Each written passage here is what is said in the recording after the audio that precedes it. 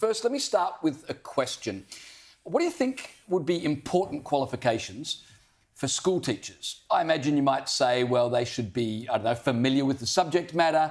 They should have a mastery of teaching techniques, maybe be adept at behavioural management. All of those things make sense, right?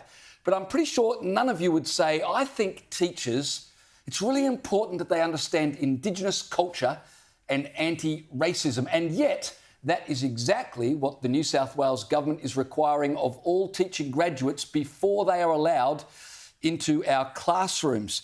A statement from the New South Wales Education Department published in the Daily Mail today reads, and I quote, "All staff must complete the mandatory training, Aboriginal cultural education," it's called Let's Take the First Step Together, and training on the anti-racism policy and their responsibility to actively challenge racism. Now, this compulsory module, it's not compulsory for you to graduate, but if you graduate without doing this module, you can never teach in New South Wales.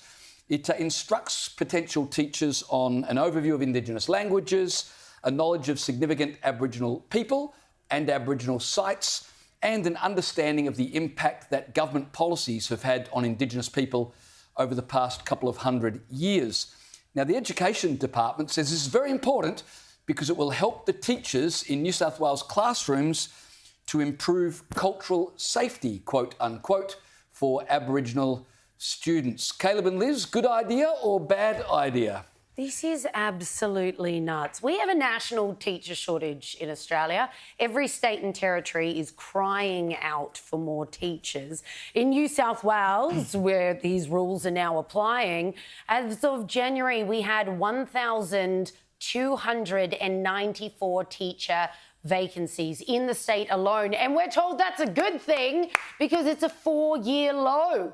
So apparently that figure is something to be rejoiced over. A 4-year low, just under 1,300 vacancies in the state of New South Wales. And that's just speaking of one state. And is it any wonder when all the research that talks about this national teacher shortage repeatedly says that one of the really important elements to this is a lack of people's respect for the profession. It has fallen in people's esteem, and that is across the board. Is it any wonder when parents are becoming increasingly aware of the fact that these are indoctrinators, not educators, and the state is doing nothing to hide the hand that they're playing here? Got to baptise the up-and-coming teachers in white guilt so they can do the same when they reach the classroom. This is just utter nonsense when we have kids failing the most basic tenets of their education. We saw last year in, was it the NAPLAN results? 1 in 3 kids did not meet the standard requirements of grammar and spelling. And this is what we're grilling our teachers in. We've also talked at length countless times about the poor standards of teachers and the fact that they are dropping requirements, tertiary requirements for these teachers because we're so desperate for them. It's like, oh, actually, if your ATAR is not that up to scratch, you can still qualify for teaching. It's utterly ridiculous that anyone thinks that this is a priority right now in our education system. Well, you have to ask the question, and I have asked this a number of times in columns I've written over the years.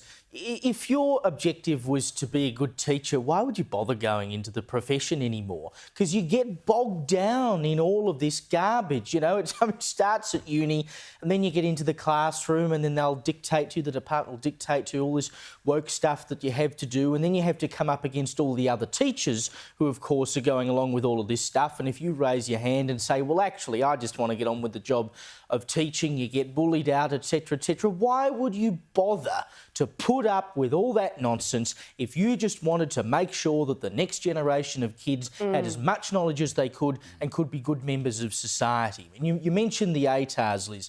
We were talking recently about people with ATARs less than 50 getting into teaching. And that puts you in, like, the bottom quarter of people who've graduated from high school. Indeed. And then you can go and study teaching. Earlier this year, we found out that 7.5% of teaching graduates couldn't pass the literacy test that they have to take at the end of their degrees. 4.7% couldn't pass the numeracy test. They get 3 goes at that test, right? These are the problems that we're facing. And of course, they're going into uni and studying teaching, having already come out of the school system themselves, where they were let down because they didn't learn reading and writing and spelling and whatever properly. So they then go off to uni and are only as good as the teachers that came before them. And then we say they will go and be the best teachers of the next generation. So forget about fixing up the problems with literacy and numeracy and ATARs, but let's teach them to be culturally aware, and more than that, anti-racist. And that's the whole anti-racist thing really grates me, because it is departmental policy that, you know, it's not good enough to say that you don't like racism. You have to somehow actively fight racism. But what is to actively fight racism? I mean, is it to say I witnessed a student being racist to another student, so I sent him to detention?